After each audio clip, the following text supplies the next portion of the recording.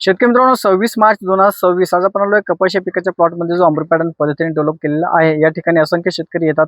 शेतकरी इथं येण्याचं एकमेव कारण म्हणजे बरेच शेतकरी व्हिडिओ बघितल्यानंतर म्हणजे सोशल मीडियामध्ये व्हिडिओ बघितल्यानंतर बऱ्याच शेतकऱ्यांना खोटं वाटतं किंवा गैरसमज म्हणजे अनेक शेतकऱ्यांच्या मनामध्ये गैरसमज आहे की एवढ्या प्रमाणात उत्पादन मिळू शकत नाही।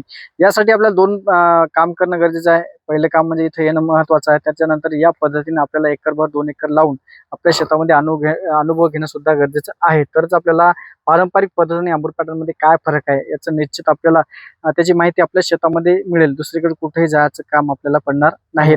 आता आपल्यासोबत शेतकरी आहेत, आपण त्याचं थोडक्यात मनोगत घेऊया। मार्च महिन्यामध्ये इथं फरतळ चालू आहे। कापसाची हाईट सुद्धा आपण विचारूया, बोंडाची संख्या किती असेल याची सुद्धा आपण प्रात्यक्षिक माहिती घेऊया।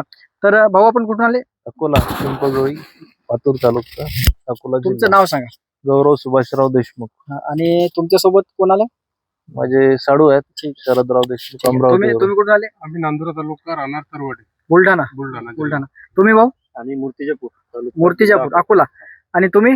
बुलढाणा अकोला आपल्या याचे वाशिम। तुम्ही वाशिमचे, ठीक आहे। तर आता तुम्ही वेगवेगळ्या जिल्ह्यातले 3 जण आहेत। आपण एकाच जिल्ह्याचं खोटं समजू, आपण एखाद्या जिल्ह्यातले शेतकरी खोटं बोलतील। तुम्ही तिन्ही एका जागी आहेत, 3 जिल्ह्यातले। तर तुम्हाला इथं बघितल्यानंतर या झाडामध्ये तुम्हाला काय वाटतं? तुमच्या पद्धती आणि या प्लॉट मध्ये काय फरक वाटतं? त्याच्यात म्हणजे जी सुरुवातीलाही कापूस राहत नाही, काही शेतकऱ्यांचा जे एकदम उत्कृष्ट शेती करणारे आहेत त्यांचा सुरुवातीलाही असा राहत नाही। पण हा फरदळचा जो कापूस आहे याला सध्याच्या परिस्थितीत जवळपास 250 ते 300 बोंड्या पक्क्या झालेल्या आहेत आणि पात वेगळं आहे। आता याच्यामध्ये तुमच्या शेतामध्ये हाईट किती राहते कापसाची? हाईट आमची जास्तीत जास्त 5 ते 6 फूट। आता बघा 5 फूट जर हाईट असेल तर आता याला फळफांद्या आपण मोजल्या का?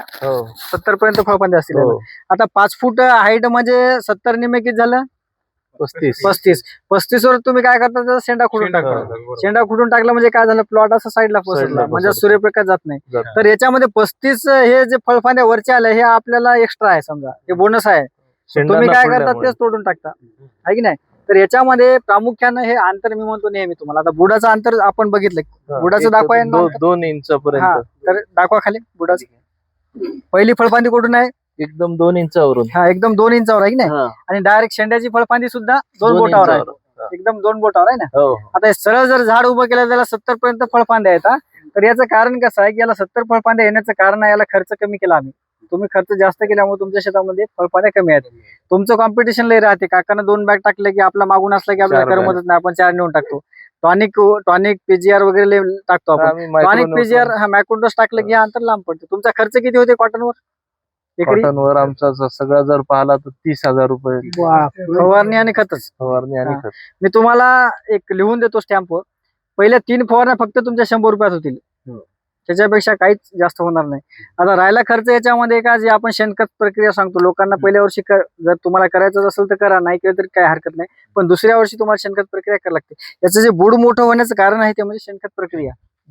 आणि दुसरं महत्वाचं कारण आहे ते म्हणजे 10 4 वेळा टाकलं। 4 वेळा 10 दिलं म्हणजे 4 वेळा काय जास्त गेलं? पोट्यात जास्त गेलं। पोट्यात जास्त गेल्यामुळे याचं बुड मोठं झालं। याच्या बोंडाचं फरतळला सुद्धा हे बोंड मोठं होण्याचं कारण म्हणजे पोटॅशचं प्रमाण अधिक आहे। तर त्याच्यामुळे नियोजन करत असताना DAP युरिया असे खत जमत नाही 18 सारखे। ज्या खतामध्ये नत्र कमी आहे आणि पोटॅश जास्त आहे असे खत आपल्याला निवडायचे। ओके, फोटो घ्या।